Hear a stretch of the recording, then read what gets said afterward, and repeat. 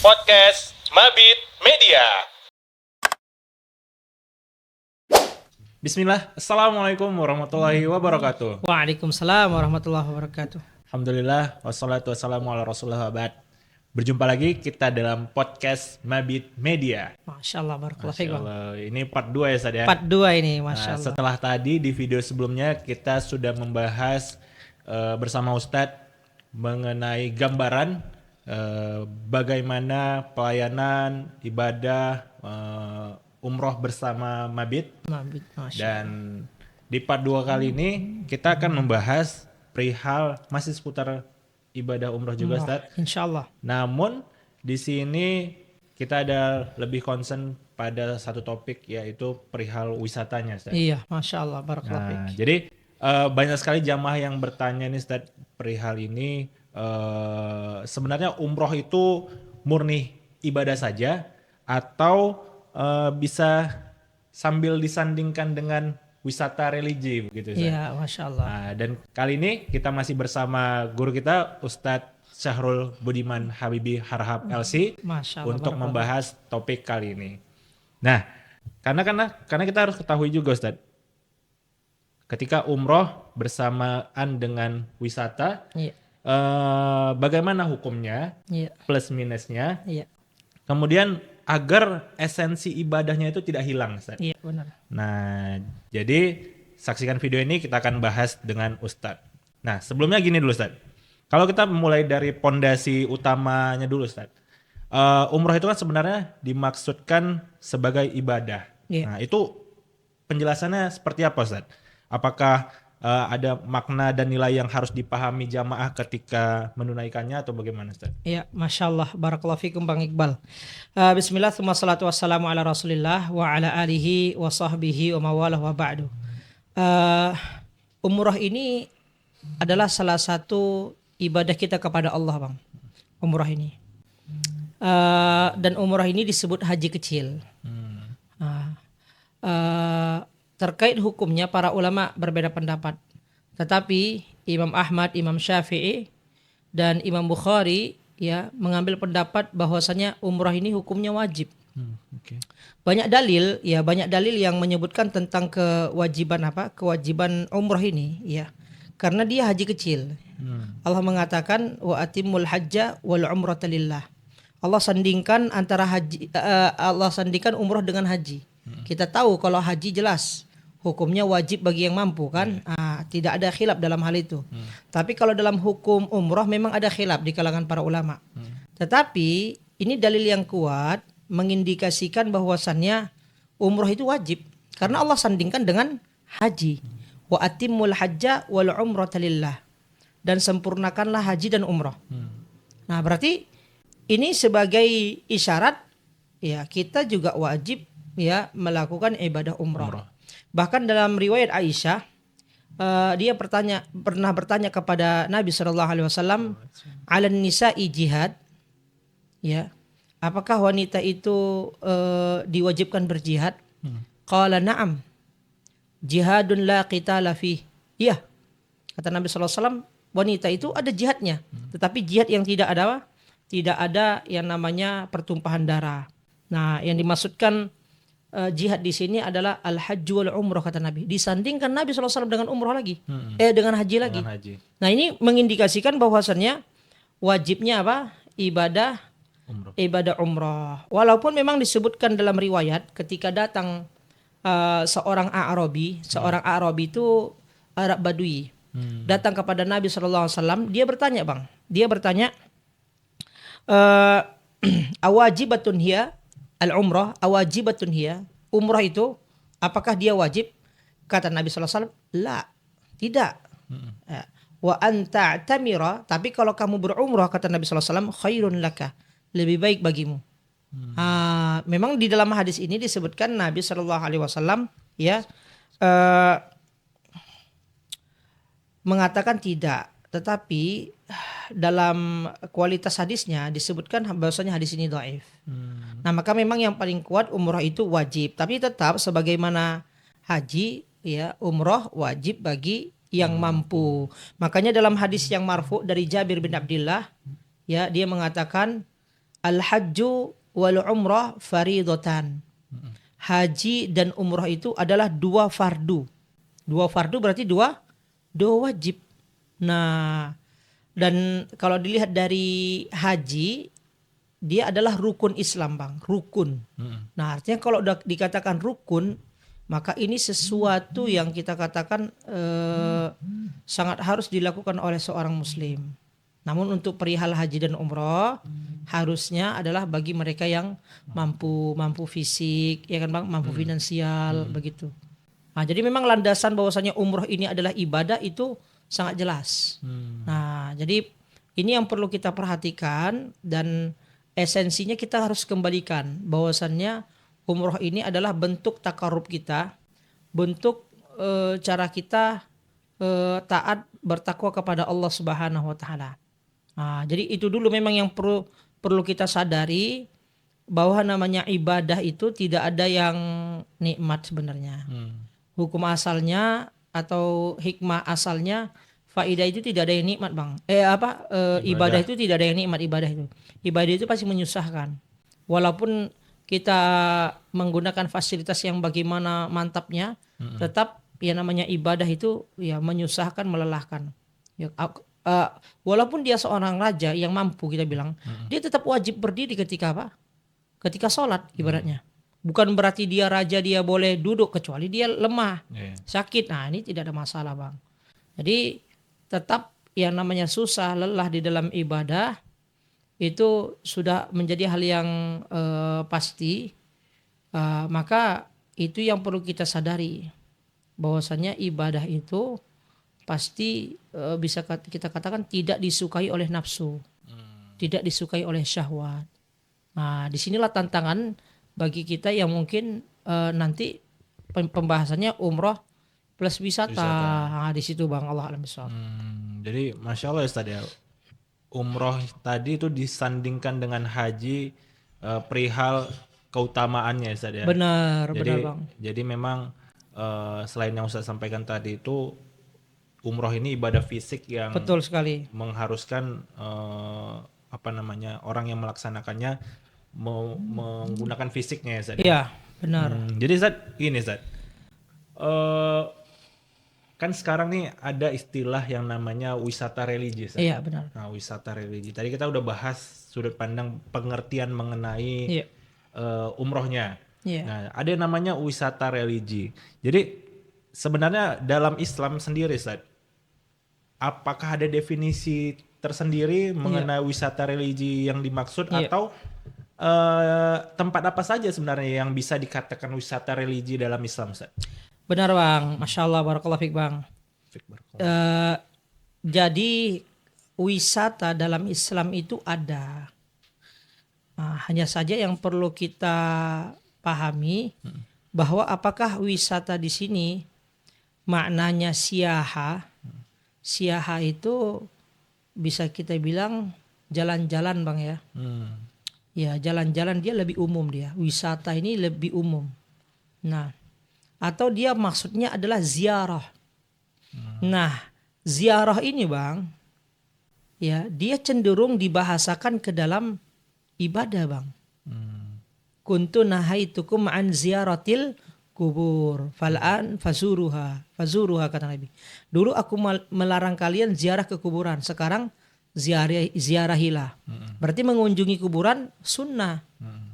Kan begitu Bang ya. Jadi bahasa ziarah sama siyaha ini. Ini yang perlu kita pahami dulu gitu. Nah, karena kata siyaha lebih umum. Dia artinya sama-sama berpergian, sama-sama mengunjungi. Cuma lebih khusus ziarah ini digunakan untuk apa? Untuk kita katakan ibadah. Contohnya misalkan kita mengunjungi orang tua. Ini biasanya dibahasakan dalam bahasa Arab ziarah. Ya kan, mengunjungi apa dalam bentuk ya silaturahim kepada orang tua. Nah kemudian kalau kita bilanglah siyaha, wisata. Nah, ada kesalahpahaman dulu ya yang pernah terjadi ya di zaman sebelum kita lah, salafus saleh. tapi bukan para ulama kita. Namun ada orang yang berlebihan dalam wisata religi bahasanya. Jadi wisata religi ini Bang, dia berpergian mengunjungi dari satu tempat ke tempat lain tapi untuk menyiksa dirinya. Maksudnya dia ingin zuhud tapi berlebihan. Jadi dia perjalanan susah. Jadi kayak mengembara begitu. Itulah wisata tuh, seperti mengembara. Tapi maknanya adalah tujuannya untuk menyakiti diri. Nah, yang seperti ini tidak pernah dilakukan salafus saleh kita, tidak pernah dilakukan nabi ya atau para nabi sebelumnya, nggak pernah dilakukan kalau yang seperti ini. Kan begitu. Nah, maka kalau kita lihat ya namanya wisata itu dikaitkan dengan beberapa hal, Bang. Ya, pertama misalkan wisata dikaitkan dengan ibadah. Kan begitu kan? Wisata yang dikaitkan ibadah itu berarti ziarah. Nah, kata Nabi SAW, la tushaddu rihal illa ila thalathati masajidah. Janganlah kalian melakukan perjalanan wisata dalam rangka untuk mengambil keberkahan, memang ibadah. Kecuali di 3 masjid. Masjidil Haram, ya Masjidil Haram, Masjidil Aqsa, Masjidi Hadza, Masjid Nabawi, wa Masjidil Aqsa dan Masjid Al-Aqsa. Nah, jadi kalau misalkan kita bilang dikaitkan wisata religi dalam arti ibadah, maka dia ada catatannya, Bang. Ada hal yang perlu kita pahami dalam syariat kita ini, ada batasannya. Nah, makanya Bang, bahkan dalam pendapat disebutkan bahkan Masjid Kuba, kalau seorang sengaja melakukan perjalanan Bang ya, dalam arti ya namanya wisata ini kan bukan depan rumah. Kalau depan rumah kan bukan wisata, berarti kan jauh kan Bang. Wisata ini kan berarti jauh. Nah, kalau dia sengaja berwisata ke Masjid Kuba, itu bahkan nggak boleh Bang. Diniatkan hanya ke Masjid Kuba. Iya, untuk mengambil keberkahan sebagaimana Masjidil Haram, Masjid Nabawi dan Masjidil Aqsa. Nggak boleh. Tapi kalau kita nyambil kayak biasa jamaah umroh, nah kita kan tujuan kita wisata religi ke Masjidil Haram gitu ya Bang ya. Nah, memang umroh. Habis itu kita niatnya ke Madinah ke Nabawi. Kemudian ada tur. Nah, ini nggak dimaksudkan tidak boleh yang seperti ini. Tapi kalau misalkan dia sengaja gitu. Nah, sekelas Masjid Kuba aja nggak boleh. Bagaimana lagi masjid-masjid yang kita katakan kita bilang ya disalahpahami atau diyakini dengan salah. Ini masjid ada ini, atau misalkan masjid Sunan, masjid ini, misalkan masjid Wali ini. Nah, termasuk kuburan-kuburan itu tak boleh dikunjungi. Dalam arti wisata Bang ya, wisata ibadah, wisata religi. Tapi kalau misalkan kita mengunjungi dalam arti wisata, dalam arti adalah kita mengingat, misalkan kita katakan mengingat kematian. Misalkan mengingat kematian atau mengingat ciptaan Allah, mengingat kita katakan dalam arti kekuasaan Allah Subhanahu wa taala. Nah, maka ini boleh Bang. Ya, artinya dia bukan ibadah secara khusus. Bukan ibadah secara khusus, tetapi ada nilai ibadah di situ. Nah, ini perlu kita pahami Bang. Kalau kita wisata ke Masjidil Haram dalam arti ziarah, ya itu memang khusus ibadah kan Bang, memang ada kekhususan di situ. Tapi kalau misalkan wisata yang bernilai tafakkur, ini boleh, sebagaimana firman Allah Subhanahu wa taala, fasiru fil ardi, ya, sumanduru kaifa kana akibatul mukadzibin, ya, dan berjalanlah kalian di muka bumi Allah, kemudian perhatikanlah bagaimana keadaan orang-orang yang dulu mendustakan ayat-ayat Allah. Nah, makanya Bang, inilah catatannya yang perlu kita ketahui kan begitu kan, bahwasannya niat dalam wisata religi itu seperti apa. Karena niat itu juga harus benar Bang. Selain perbuatan kita harus benar, niat kita pun harus benar. Maksudnya dibenarkan syariat enggak tuh niat kita. Kalau seandainya ternyata tidak dibenarkan, maka nggak boleh kita. Walaupun kita bilang niatnya baik gitu. Tapi kalau nggak benar nggak bisa. Nah, kemudian Nabi SAW pernah menyebutkan berkaitan dengan siyaha. Nabi mengatakan, Inna siyahata ummati al-jihadu fi sabilillah. diriwayatkan dalam Sunan Abi Daud dan disahihkan oleh Imam Albani rahimahullah taala bahwa wisatanya atau berpergiannya umatku adalah berjihad di jalan Allah Subhanahu wa taala. Ya. Artinya untuk mendapatkan hikmah-hikmah kehidupan, untuk mendapatkan kita bilang faidah dalam perjalanan, maka Nabi SAW katakan ya, sesungguhnya wisata umatku adalah berjihad di jalan Allah. Nah, ini berjihad di sini ya maknanya bisa seorang yang kita katakan berpergian dalam mencari nafkah atau berpergian dalam arti memang jihad, ya berperang melawan apa? Melawan orang-orang kufar. Nah, maka itu dia Bang. Kalau memang ada nilai pelajaran di situ, maka boleh saja. Maka boleh saja seorang ya melakukan perjalanan. Tetapi jangan diniatkan mengambil keberkahan. Kalau mengambil ya peringatan dalam arti hikmah, tafakkur, maka ini tidak mengapa di dalam syariat kita Bang. Allahu a'lam bishawab. Masya Allah Ustaz. Jadi wisata religi yang dimaksud dalam perspektif Islam gitu Ustaz, sudah diatur ya Ustaz ya? Sudah diatur. Jadi kita pikirkan keindahan-keindahan yang Allah ciptakan. Bahkan dalam riwayat, dalam pendapat disebutkan seorang berdakwah pergi gitu Bang ya, kayak safari dakwah ustadz-ustadz ya. Itu bagian dari wisata yang kita katakan boleh, boleh saja gitu. Makanya wisata ini kan dia perjalanan namanya kan Bang. Boleh nggak? Boleh kalau memang dia wisatanya, ya itu tadi, ya ada nilainya. Seperti nilai apa? Nilai dakwahnya, seperti nilai tafakurnya gitu Bang. Memang sudah diatur dalam syariat kita, Masya Allah. Oke. Jadi saat ini kita lihat Arab Saudi ini lagi gencar-gencarnya nih Ustaz. Iya, Masya Allah. Terutama karena ada visi Saudi 2030. Masya Allah. Arab Saudi yang sebelumnya atau saat ini lebih banyak memanfaatkan sumber daya alamnya, perlahan mulai berganti fokus untuk meningkatkan sektor-sektor lain seperti wisata dan lain-lain nih Ustaz ya. Jadi banyak objek-objek wisata di Arab Saudi yang mulai dibuka nih Ustaz. Benar Bang, benar. Terutama seperti Al-Ula. Kemudian kalau yang yang sudah lama, yang sudah ada sejak lama itu seperti Taif, kemudian yang viral itu dekat-dekat Mekah itu ada Jabal Khandamah. Iya, Jabal Khandamah benar. Dan mungkin banyak lagi tempat-tempat yang baru dibuka Saudi. Iya. Nah, sebenarnya gimana Ustaz? Apa namanya?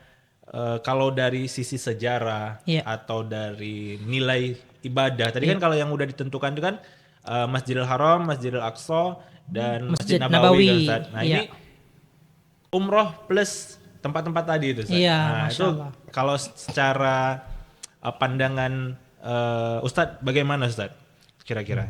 Masya Allah Bang, Barakallahu fiik. Memang kalau kita lihat ya Bang ya, dari sisi duniawinya lah kita bilang bahwa itu bagian dari cara suatu travel ya untuk memasarkan paketnya. Nah, tentunya kalau misalkan kita lihat kunjungan itu kepada tempat-tempat yang sekali lagi tadi tidak dianggap adanya keberkahan tertentu, nah jelas itu mubah saja dia Bang, boleh saja. Nah, tetapi ada beberapa catatan di sini Bang. Catatannya apa? Yang pertama adalah seseorang tidak meniatkan ada pahala khusus di situ, keberkahan khusus. Nah, yang kedua adalah seorang tidak mengunjungi suatu daerah atau suatu negeri yang memang mayoritas kafir. Nah, sebagian ulama mengharamkan itu Bang. Contohnya misalkan umroh plus Paris misalkan. Nah ini walaupun ada khilaf di dalamnya, tetapi para ulama ya cenderung bahwasanya itu perbuatan yang diharamkan. Kenapa? Karena dia akan melakukan keharaman di situ, ya kan? Minimal tidak terjaga pandangannya. Dan itu negara kafir gitu. Negara kafir itu memang negara yang kita katakan tidak disyariatkan untuk dikunjungi gitu. Dalam syariat kita memang kita punya batasan dalam hal ini kecuali memang ada kebutuhan. Contoh misalkan kebutuhannya adalah disebutkan para ulama bahkan berkaitan dengan perkuliahan. Kapan kita boleh kuliah di tempat-tempat yang kita bilang mayoritas kafir? Ketika memang tidak ada tidak ada kualitas selain di situ, kualitas pembelajaran, atau tidak ada materi pembelajaran ya dari sisi yang sangat darurat dibutuhkan masyarakat kita. Nah, tidak ada di negara muslim kecuali misalkan di negara kafir. Jadi kita katakan ketat juga bang, bukan sekedar saya pengen kuliah di sana gitu. Padahal di Indonesia atau di negara lain ada gitu. Contohnya kan belajar Islam di Jerman, ini kan aneh. Gitu. Belajar Islam ya di pusatnya lah kan di Madinah, Mekah, atau misalkan di Mesir, di Sudan, di Maroko misalkan. Nah, ini kan aneh gitu. Nah, jadi dalam masalah menuntut ilmu pun para ulama ketat dia dalam masalah ini. Jadi ini yang perlu dipertimbangkan, jangan sampai umroh plus kita katakan negara kafir kan gitu kan. Nah kemudian bang berkaitan dengan tempat-tempat yang bernilai sejarah Islam. Nah di sini ada dua catatan bang. Pertama, tempat yang memang dia bersejarah, tetapi kita memang nggak boleh mengunjunginya. Nah di sini ada khilaf para ulama. Apa yang dimaksudkan dengan mengunjunginya? Adalah kita bersuka cita di situ bang. Jadi kita kayak mengunjungi senang, wow keren ya gitu bangunannya gitu. Tapi kalau misalkan kita mengunjungi dalam arti tadi fasiru fil ardi tsumanzuru kaifa kana akibatul mukadzibin, masuklah kepada perkara ini. Dan berjalanlah kalian di atas muka bumi Allah, kemudian perhatikanlah bagaimana keadaan orang-orang yang telah mendustakan ayat-ayat Allah. Nah kalau memang tujuan kita ke situ ya untuk menghadirkan rasa takut kita kepada Allah. Bahkan disebutkan dalam riwayat, la tadkhul masakinil ladina dzalamu anfusahum an yusibakum ma asabahum illa an takunu bakin, kata Nabi SAW. Ya, janganlah kalian memasuki tempat-tempat tinggalnya orang-orang yang pernah Allah datangkan kepada mereka azab, orang-orang zalim. Ya. Karena khawatir datang kepada kalian musibah, kecuali kalian masuk ke dalamnya dalam keadaan menangis, dalam keadaan takut, dalam keadaan merenung. Jadi bukan kita di situ duduk-duduk santai enak gitu makan minum, bukan di situ. Kalau itu ya para ulama mengatakan dilarang. Ya, dilarang dalam arti ada yang mengatakan haram, ada yang mengatakan makruh. Namun kan setidaknya tidak ada yang berpandangan mubah dia bang. Nah, kapan dia boleh, kapan dia mubah? Kalau memang kita mendatanginya dalam keadaan apa? Dalam keadaan menangis, dalam keadaan takut begitu. Bukan sekedar apa? Sekedarnya. Tapi kalau misalkan tempat yang dikunjungi adalah tempat yang kita katakan aman, yang memang tidak ada sebelumnya azab Allah turun di situ. Contohnya seperti Taif. Taif ini menarik bang, dikunjungi. Taif ini banyak sekali titik-titik sejarahnya. Ya, di antaranya adalah kita mengunjungi Mikot Kornul Manazil. Kan Masya Allah tuh kan. Mikot Kornul Manazil ini banyak jamaah yang nggak tahu nih Mikot ini. Itu ada di Taif. Kemudian kita mengunjungi, kita katakan Taif ini salah satu sebenarnya tempat hijrah Nabi SAW sebelum Madinah bang. Cuma ditolak sama penduduk apa? Taif. Artinya kalau seandainya diterima, bisa jadi Nabi SAW hijrah ke Taif. Maka artinya dia punya nilai sejarah yang luar biasa, di mana Nabi SAW ya pernah ke sana, bahkan masa kecil Nabi SAW di Taif. Halimatus Sa'diyah itu orang Taif bang.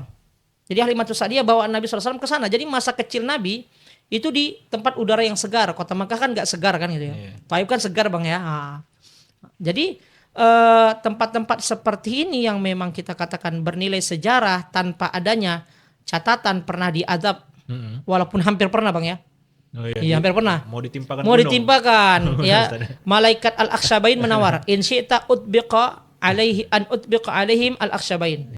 Malaikatnya sendiri yang menawarkan. Penjaga gunung itu kan, 2 penjaga gunung.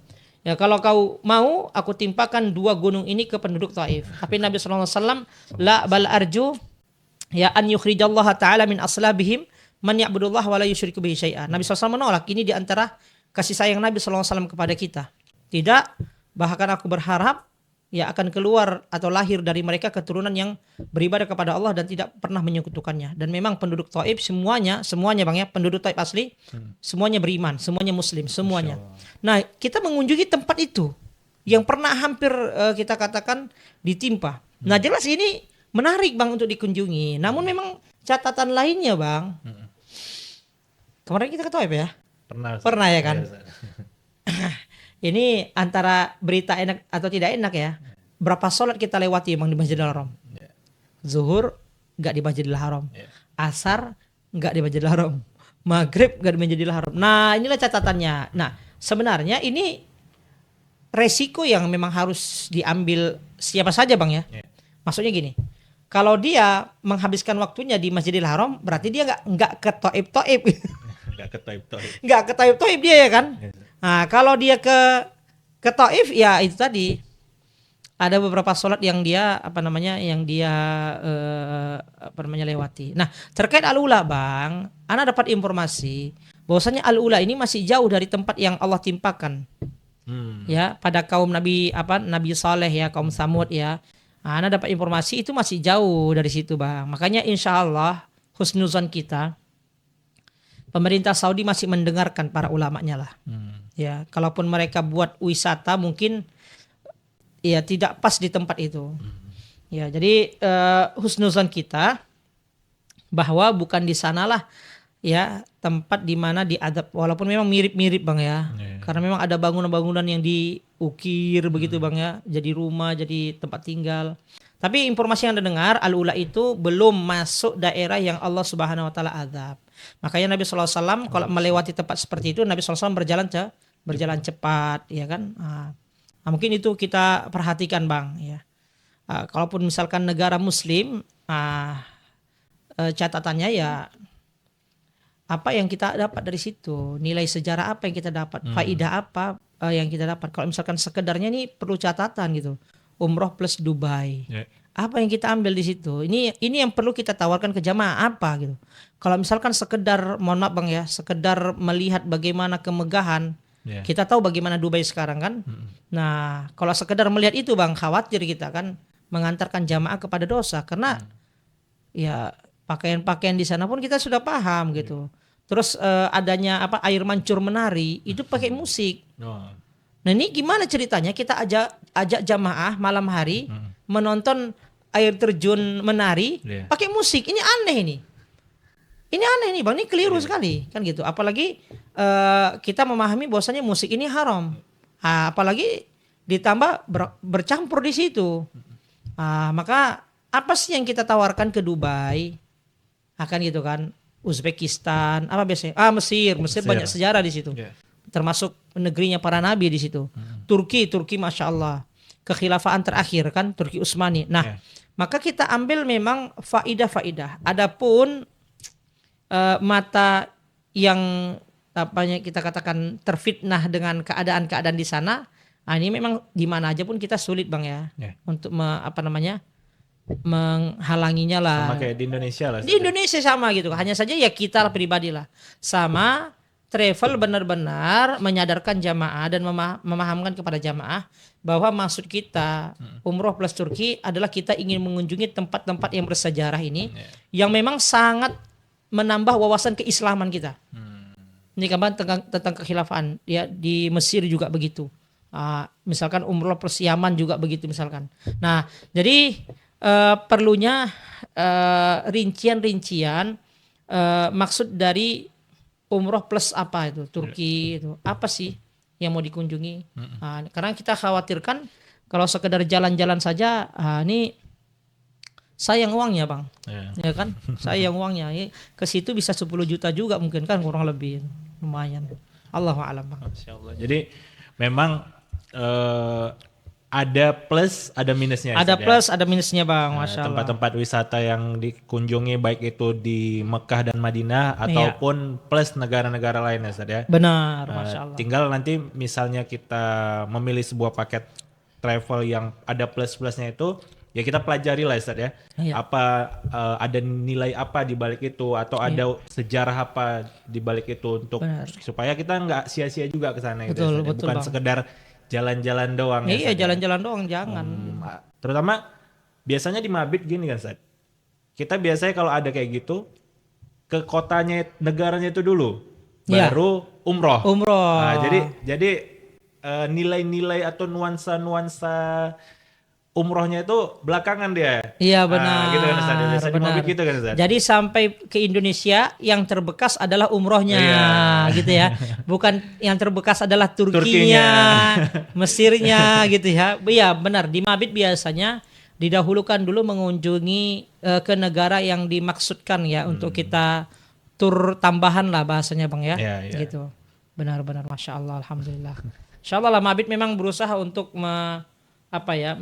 istiqomah ya istiqomah bahwa umroh ini bukan sekedar perjalanan atau jasa perjalanan, tetapi memang kita ingin jamaah ini teredukasi keislamannya dengan baik gitu Bang ya. Masya Allah. Dan ini ada nih unik nih Ustaz. Iya apa tuh? Lagi bermunculan sekarang Ustaz. Kawan-kawan travel membuat sebuah program yang namanya umroh plus nonton bola Ustaz. Iya, Nonton timnas gitu kan Ustaz. Dan dulu mungkin ada juga plus nonton Ronaldo gitu Iya, Ustaz. Nasir ya. Iya, dan sebelumnya selamat juga nih Ustaz untuk timnas Indonesia Ustaz. Alhamdulillah kan alhamdulillah masuk ke round 4 Ustaz. Round 4 ya. Putaran keempat kualifikasi Piala Dunia. U17 ya. Timnas senior Ustaz. Oh, timnasnya. Kalau Masya Allah. U17 udah masuk Piala Dunia Oh, Ustaz. udah masuk Piala Dunia. Ya, Masya Allah. Jadi- Alhamdulillah barakallahu fikum. Jadi kita doakan semoga masuk Piala Dunia juga Masuk Ustaz, Piala ya. Dunia. Masya Cuma Allah. gini Ustaz. Dampaknya jadi kenapa sambil nonton bola Ustaz? Karena Arab Saudi itu sebagai tuan rumah gitu Ustaz. Tuan rumahnya, dan Indonesia masuk di grup yang Arab Saudi sebagai tuan rumah dan kita bermain harus ke sana. Iya. Nah, jadi ada beberapa travel yang membuat paket tersebut Ustaz. Iya. Nah, ini mungkin kita tidak menjudge yang membuat paket itu ya Benar, Ustaz. Cuma benar. mungkin adakah nasihat Iya. atau yang sebaiknya Ustadz sampaikan agar ya tidak salah niat gitu Ustadz. Benar. Nah, gimana Ustadz? Masya Allah, nih pertanyaan berat nih ya kan Bang. Aduh, dilema juga nih. Sebenarnya gini Bang, nih sebenarnya dari dasar dulu Bang ya. Oke. Kita nih seorang Muslim memahami bahwa tujuan dari kita diciptakan itu kan untuk beribadah Bang ya. Ini perlu kita pahami dulu. Tapi bukan berarti Allah mengharamkan kita mengambil dari dunia ini, mencicipi dunia, tidak. Tapi yang perlu kita sadari bahwa tujuan kita diciptakan, mayoritas waktu kita itu untuk ibadah. Itu dulu yang harus kita pahami. Nah, baik pemain ataupun yang menonton. Nah, sekarang boleh nggak kita berolahraga? Boleh aja kan. Boleh nggak kita nonton orang berolahraga? Boleh saja. Ya kayak misalkan kita main poli, ya kan, break, ya kan, atau ada 3 tim, ya kan, main-main biasa Bang, ya kan. Habis itu kita yang tim menunggu nonton orang itu kan, masa haram? Kan gitu. Atau masa main poli haram kan gitu kan. Nah, jadi sebenarnya poinnya bukan pada vonis ini haram, ini halal, tetapi lebih kepada kamu sadar nggak kamu diciptakan itu untuk apa? Nah, sebagaimana yang kita ketahui Bang, kita nggak membicarakan satu orang Bang ya.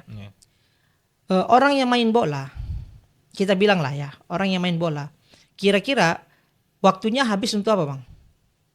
Orang yang memang apa kita bilang? Atlet.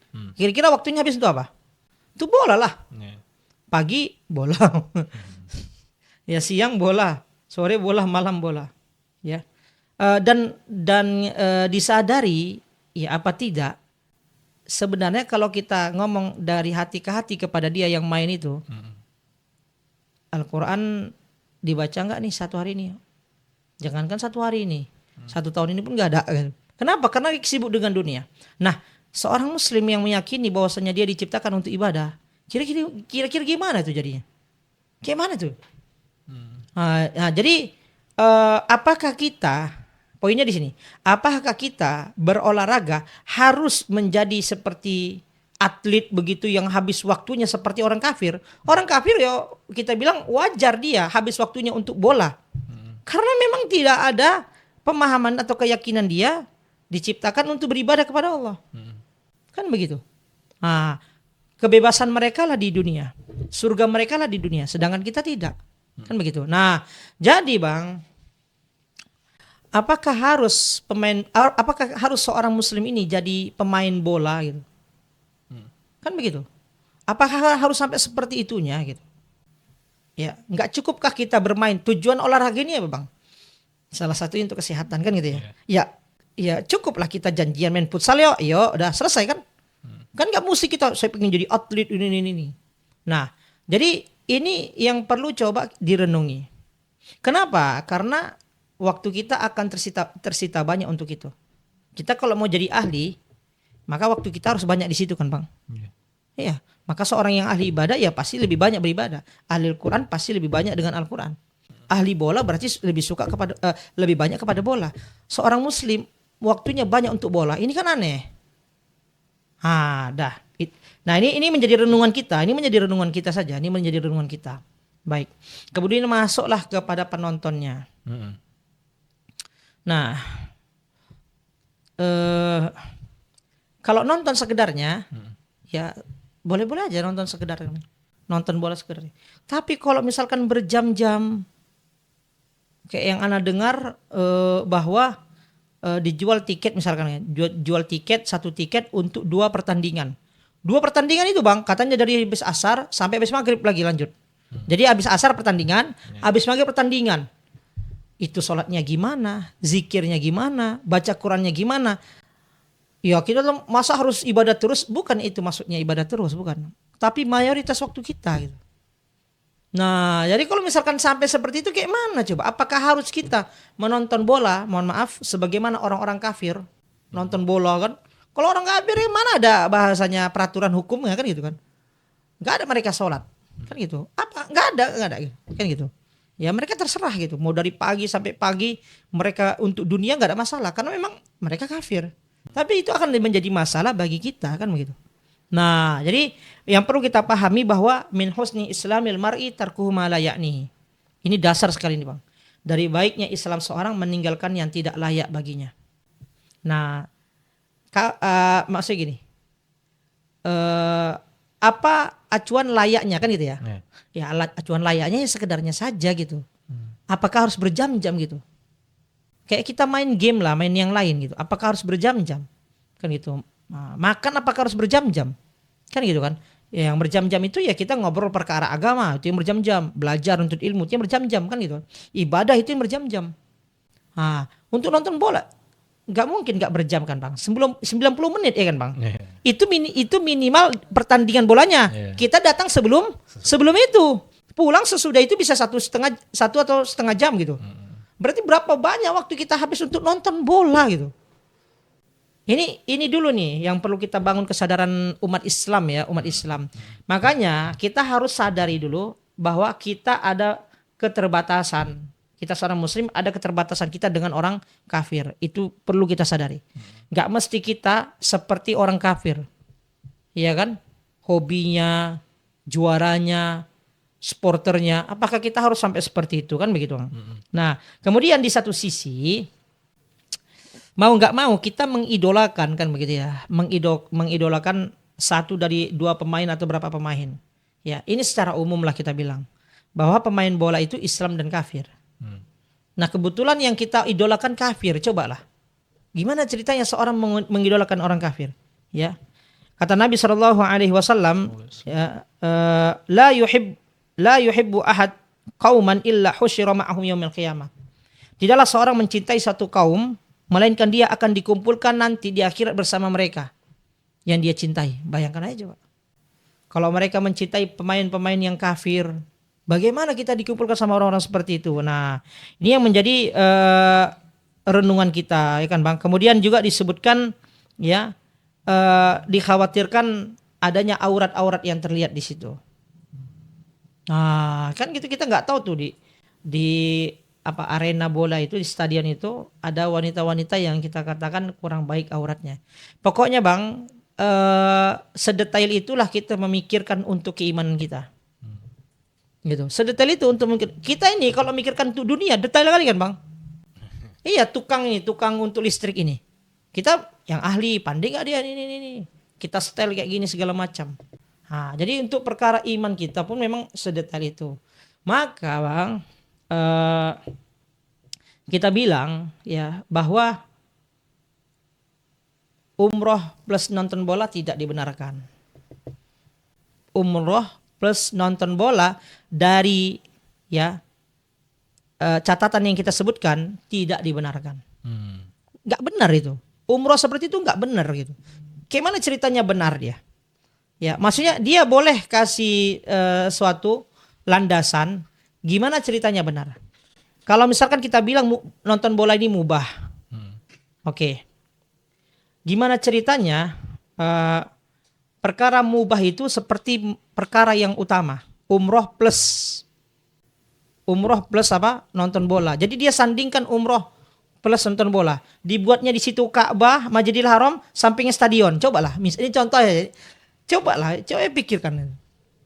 Kira-kira kan ya. Coba ya. Makanya sebenarnya kita kembali kepada hadis Nabi, dari baiknya Islam seorang meninggalkan yang tak layak baginya. Contohnya nih Bang. Anak tanya sama Abang. Misalkan Abang meninggal dalam keadaan umroh, senang gak Abang? Senang. Sepakat ya? Amin. Abang, mohon maaf nih Bang ya, ini bukan mendoakan. Abang meninggal dalam keadaan nonton bola setelah umroh, Abang nonton bola ke Riyadh. Meninggal di situ Bang. Suka gak Bang? Enggak. Udah kan jawabannya jelas kan? Jawabannya jelas kan? Sebenarnya gak usah berdebat sih kita. Makanya anak kalau nyampaikan kajian ada yang bertanya tentang rokok, kita gak usah ngomongin halal haram. Hadis Nabi, dari baiknya Islam seorang meninggalkan apa yang tidak layak baginya. Sekarang saya tanya kepada Bapak Ibu gitu. Bapak tahu siwak? Tahu. Siwak itu sunnah Nabi. Bapak Ibu meninggal ketika mengundang siwak. Senang nggak? Senang. Bapak Ibu merokok, ya kemudian meninggal dalam keadaan merokok. Mau nggak? Nggak mau lah. Nah, giliran ditanya hukumnya boleh, tapi giliran meninggal dalam keadaan merokok nggak mau. Gimana sih? Nah, makanya kita ini Bang kalau mau baik gitu, kalau mau baik memang dari baiknya Islam seorang meninggalkan apa yang tidak layak baginya. Maka kesimpulannya adalah ya umroh plus nonton bola nggak layak gitu. Nah, mohon maaf kalau ada yang tidak setuju, namanya ini pendapat, boleh dikritisi ya, tinggal di komen di bawah. Ya nggak setuju nggak apa-apa ya kan. Kalau misalkan ada orangnya misalkan yang nggak setuju, dia mau hadir bersama kita podcast diskusi ya, diskusi dengan ini kedinginan nih, Asia dingin ini ya. Insya Allah dengan kepala dingin ya, jangan dengan emosi, nggak apa-apa. Ya datangkan burhan, faktu burhanakum ya. Datangkan apa bukti-bukti kalian kalau memang apa umroh plus nonton bola ini layakkanlah kita bilang gitu. Ya kalau misalkan kita bilang menyimpang itu nggak sampai ke situ memang. Sesat nggak sampai ke situ. Layak itu saja. Hidup yang layak, iman kita layak. Ya kita hadirkan nanti di hadapan Allah Subhanahu wa taala. Yaum la yanfa'u malun wala banun illa man atallaha biqalbin salim. Dengan hati yang selamat, dengan iman yang selamat. Ya selamat dari apa? Kesia-siaan. Gak mungkin itu gak ada biaya Bang ke sana Bang. Ya. Bayangkan coba, kalau misalkan dengan biaya itu ya kalau dibilang mending dia ke Taif. Iya kan Bang? Ya. Nah, mending dia ke Taif, dia dapat sejarahnya di situ, sedangkan di Riyadh dia nggak ada dapat sejarah, maksudnya dia dapat sekedar nonton bola yang Allahu a'lam lah ya Bang ya. Mungkin itulah pandangan kita ya kan Bang. Nah, kalau misalkan dianggap keliru ya kan. Gak apa-apa, kita boleh diskusi. Ya, mungkin kita kurang ilmu juga ya kan Bang. Barakallahu fiik Bang. Insyaallah. Masya Allah Zat ya. Jadi memang ketika ya umroh disandingkan dengan sesuatu, iya, entah itu plus negara tertentu, iya, atau plus program tertentu, iya, butuh kajian khusus ya, butuh kajian khusus, catatan khusus, pertimbangan, iya, manfaat atau tidaknya Ustaz ya dari segi perspektif Islam ya Ustaz ya, gitu ya Ustaz ya. Karena kan gini Bang, kita menginginkan setelah umroh itu apa kan gitu Bang. Umroh yang mabrur, umroh yang mendatangkan kebaikan. Ya, kenangan kita ketika umroh itu apa, Bang? Kan gitu ya. Kalau misalkan ada kenangan ketika umroh itu nonton bola tuh gimana rasanya ya? Jadi khawatirnya pikiran kita atau jiwa kita condong ke bolanya gitu. Mohon maaf nih Bang ya, mohon maaf. Condong ke tadi di Riyadh kami ya pas nonton bola nampak cewek cantik. Maksudnya khawatirnya pikirannya ke situ dia. Harusnya dia misalkan kami selama di Masjidil Haram, Masya Allah, jumpa orang-orang yang solih. Nah, jadi kesan pikiran kita itu, apalagi hati kita Bang, ammaratun bisu, cenderung mengajak kita kepada keburukan. Jadi pikiran kita itu kalau udah kena virus, maka pikiran kita cenderung ke situ dia nanti. Walaupun kita sebelumnya ibadah umroh, nah, itu yang harus kita jaga kan. Yang seperti itu harus kita jaga Bang. Betul. Jadi Ustaz, kita tinggalkan lah ya Ustaz ya. Iya, perihal itu tadi cukup, Ustaz ya. cukup lah ya Cukup kan. ya Ustaz ya. Iya, sama-sama tahu lah kita. Iya, jadi pembahasan mengenai umroh plus nonton bola itu Iya. silahkan lah jika mau berdiskusi ya gitu. Benar. Tanpa menyebutkan travel tertentu. Iya, Ustaz, enggak ya. lah, enggak. Ya, jadi memang itu tadi sebijaknya semua itu Sebijaknya. dipertimbangkan ya, Ustaz. Benar. Dan tadi itu sifatnya nasihat ya Ustaz ya. Nasihat lah, Nasihat bukan vonis lah, bukan vonis atau Iya. Iya. kepada travel tertentu. Ya, artinya kalau di travel kita, ya kita sebagai pembimbing kita berusaha untuk menyampaikan dengan baik kepada owner, kepada tim bahwa janganlah kita buat umroh plus nonton bola. Apalah yang kita cari dari nonton bola itu? Apa kali lah gitu.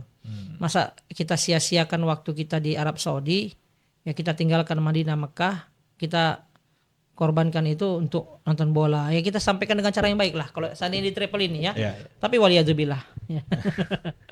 Nih Ustaz, kan ada ini fakta unik nih Ustaz. Fakta unik ya. Fakta unik Ustaz. Kalau nggak salah Anda dengar dari Ustaz juga atau dari Ustaz yang lain, pernah Anda dengar tempat-tempat atau masjid-masjid yang ada di Saudi itu biasa Ustaz, atau tempat-tempat wisata atau tempat-tempat yang bersejarah, Iya. biasanya dibangunkan masjid Ustaz. Iya. Itu memang benar atau enggak tuh faktanya tuh Ustaz? Baik, bismillah. Salah satu yang ada adalah di Jabal Uhud. Ada Masjid Uhud di situ. Nah, sebenarnya Bang, dibangunnya masjid di situ karena memang kebutuhan masyarakat Uhud di situ. Nah, jadi bukan sekedar untuk menyimbolkan gitu ya, menyimbolkan bahwasanya dulu di sini ada sejarahnya, enggak. Kalau kita lihat juga di sekitar Masjid Nabawi itu ada masjid-masjid. Iya. Nah, Masjid Imam Bukhari begitu kan Bang. Nah, dan dibangunnya masjid di situ bukan di atas kuburannya Imam Bukhari. Yang tidak boleh adalah membangun masjid di kuburan kan begitu. Kalau membangun masjid di mana di situ tempat ada sejarah dan memang di situ berkumpulnya manusia memang Bang. Jadi nggak mungkin dibangun masjidnya itu sekedar dibangun masjid tanpa ada yang menggunakannya. Nah, contohnya misalkan Masjid Abu Bakar, Masjid Ghamamah, Masjid Ali kan begitu ya. Nah, kalau dilihat dari sejarahnya Masjid Ghamamah itu dulu itu kan dulu tanah luas, tanah lapang kan Bang. Nabi SAW tuh kalau sholat Idul Fitri, Idul Adha, bahkan sholat istisqa, minta air hujan, itu sholatnya di lapangan, bukan di Masjid Nabawi. Di lapangan luas.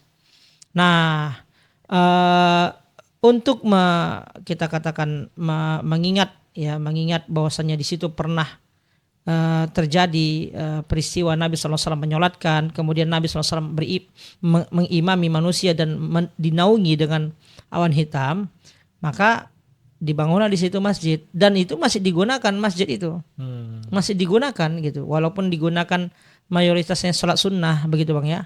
Nah, kemudian Masjid Abu Bakar, kenapa ada Masjid Abu Bakar? Disebutkan bahwasanya dulu Abu Bakar ya ketika sholat Id itu mengimami manusia di situ posisinya. Dia tidak berada di posisi di mana Nabi mengimami manusia. Dia mengambil posisi lainnya untuk mengimami manusia. Jadi dulu tanah itu memang luas tuh Bang. Yang mau Ghamamah itu luas sekali tuh Bang, dataran begitu. Ya, tidak lembah-lembah begitu dia. Nah, kemudian Masjid Ali pun demikian. Ketika di zaman kekhilafan Ali bin Abi Thalib radhiyallahu an, ya, dia tidak mengimami manusia di tempat Nabi, tidak mengimami manusia di tempat Abu Bakar, tapi dia mengimami di tempat yang lain. Nah, karena tanah itu pernah menjadi tempat sholat dan tempat imamnya Ali bin Abi Thalib, maka dibangunlah Masjid Ali. Nah, tapi tidak ada secara khusus nilai keberkahannya, keutamannya tidak ada, tapi nilai sejarah saja. Dan ini memang tidak ada masalah, karena tidak sekedar mengabadikan itu dengan masjid, tapi memang ada yang sholat di situ. Nah, Masjid Ali dikabarkan ditutup karena orang-orang Syiah itu menjadikan itu sebagai tempat tabarruk dan tawasul. Nah, makanya ditutup. Nah, kalau enggak ya dibuka saja itu, Bang. Ya, Masjid Abu Bakar pun kadang dibuka juga itu. Allah alam bissawab. Masya Allah. Lebih bukan masjid tadi itu bukan dijadikan memang apa istilahnya ya, tempat ambil keberkahan ya. Iya, nggak ada nilai keberkahan khusus ya di sana. Nggak ada. Nilai sejarah saja Sejarah, sebagai melestarikan titik sejarah itu. Masya Allah. Jadi saat kita udah di akhir podcast nih Ustaz. Iya. Mungkin ada nggak Ustaz tips dari Ustaz sekaligus mungkin nasihat mengenai bagaimana cara agar esensi umroh itu ketika kita umroh plus ya tadi Ustaz ya, umroh plus wisata atau umroh plus negara lain itu bisa tetap terjaga sampai kita pulang Ustaz. Jadi tidak sia-sia lah nilai umrohnya itu tadi Ustaz. Walaupun diselingi dengan wisata-wisata yang tadi. Masya Allah, barakallahu fiik Bang. Ya, memang jamaah ya itu dituntut untuk berpikir, dituntut untuk cerdas juga Bang ya. Memilih travel yang kita katakan travel ini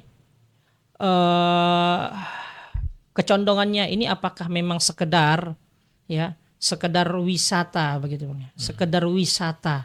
Ya, umroh ini dianggap sekedar seperti wisata, religi sebagaimana biasa. Kan begitu ya. Bahkan kita lihat wisata religi itu ada, Abang tahu nggak kemana?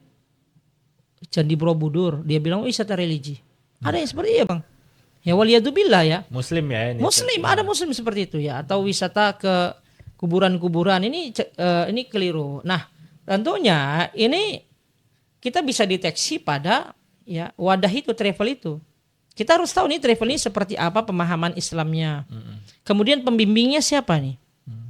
Nah, artinya sampai seperti itu, kalau memang dia ingin selamat, kita bilang ingin selamatlah imannya, kita bilang begitu ya. Jadi memilih travel, apakah memang travel ini sekedar bisnis atau memang dia ada nilai edukasi yang dia ingin tularkan kepada jamaah dan pembimbingnya. Kan begitu. Dia harus pastikan nih pembimbingnya adalah yang memang menjaga keimanan jamaahnya, kan begitu Bang ya. Kemudian setelah itu jamaah mempertimbangkan kebutuhannya. Apakah memang kebutuhan dia terhadap misalkan umroh plus Turki, umroh plus plus Taif, plus Badar, apakah memang dia butuhkan itu? Nah, ini kembali kepada jamaah itu. Dia pikir, dia harus pertimbangkan dengan baik, ya apakah ini bermanfaat bagi saya begitu. Kalau seandainya tidak, karena ada beberapa jamaah dia nggak mau mengambil yang seperti itu. Dia pengen fokus saja di Masjidil Haram. Nah, jadi jamaah ya dituntut untuk cerdas mempelajari travel tersebut, mempelajari pembimbingnya, ya. Kemudian mempelajari tempat-tempat yang kiranya memang kalau dia mau kunjungi, apakah ada nilai yang bisa dia ambil dari situ. Seandainya jika tidak, maka tentu pilihan meninggalkan itu lebih baik. Ya. Semoga Allah Subhanahu Wa Taala cerahkan pikiran kita, Bang ya.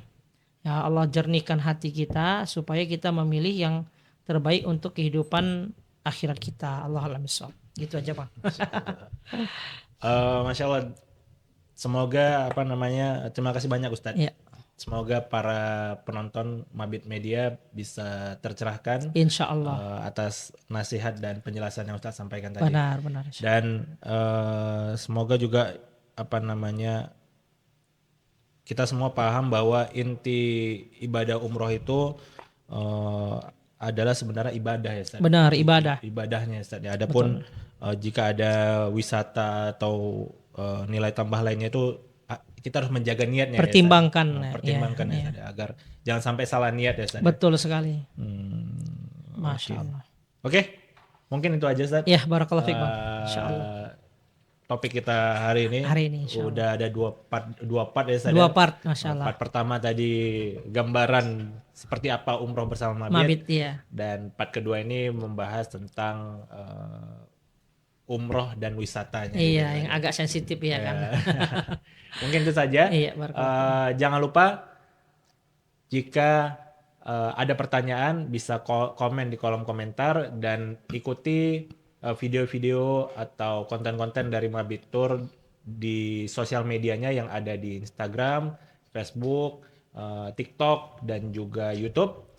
Dan bagi yang mau berangkat umroh, jangan lupa berangkatnya bareng Mabit Tour, dan insyaallah. yang mau berangkat sama Ustaz Sarul Budiman ada di keberangkatan insyaallah di bulan depan Umroh Akbar di tanggal 16 September 2025 dan juga umroh awal Ramadan tahun depan. Masya Allah. Jadi jangan sampai ketinggalan, langsung daftar di Mabit Tour. Dan jika mohon maaf jika ada salah-salah kata dari kami, dan jika ada pertanyaan yang ingin ditanyakan atau yang ingin didiskusikan, silakan komen di kolom komentar.